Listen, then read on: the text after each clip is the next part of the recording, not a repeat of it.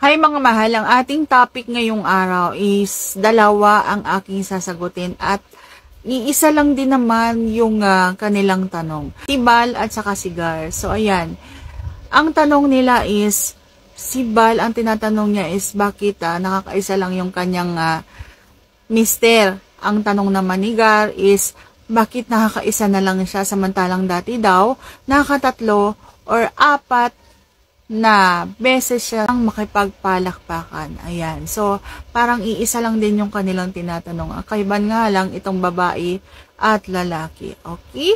So, yan ang ating pag-uusapan for today's video. Kung interesado kang malaman kung ano aking sagot, please keep on watching para bago yan. Kung bago ka pa lang sa akin channel, please consider to like this video and subscribe my channel.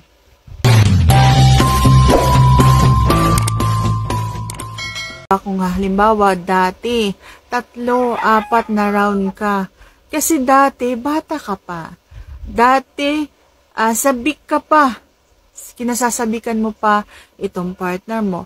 Samantala ngayon kung halimbawa medyo may edad na kayo or matagal na kayong magkasama, syempre parang yung bang alam mo yung pakaramdam na parang nananawa ka na ng paulit-ulit na ganon. So, syempre, mas nakakapagod. Okay? Lalo na kung halimbawang hindi naman sobrang nakaka-enjoy yung inyong ginawa. Yung ba wala nang halong romansahan, wala nang halong pagpapainit, wala na kayong ibang ginagawa, kundi tusukan lang. Okay? And then, tapos na yung mga ganon. So, syempre, nakaka-boring nga naman yun. Yung ba pagkatapos nun, ayaw mo nang may kasunod.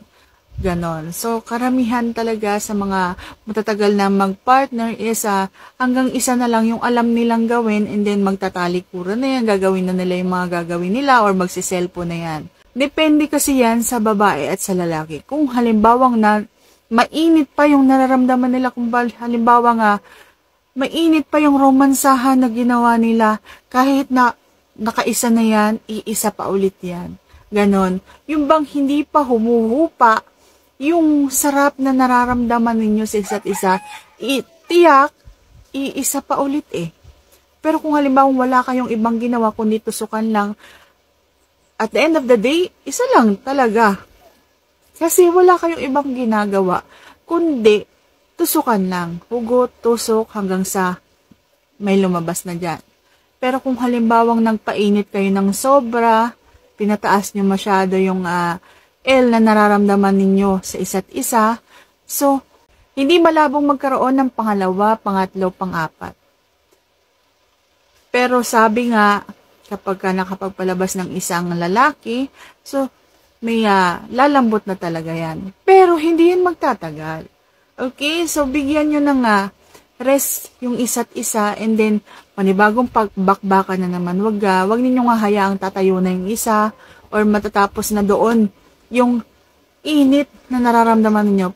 Pwede rin namang ang babae, habang hinihintay na magkaroon ulit ng lakas ang lalaki, is himas-himasin niya, pumatong-patong siya, kiskisan, mga ganon, hanggang sa tumigas na. Kasi ganon yung ginagawa ko kung gusto kong paman ng pangalawa, pangatlo, yung hindi ko nahihintayin yung pagpapahinga ng lalaki. Papatong ako, magkikiskisan kami hanggang sa maramdaman kong matigas na ulit.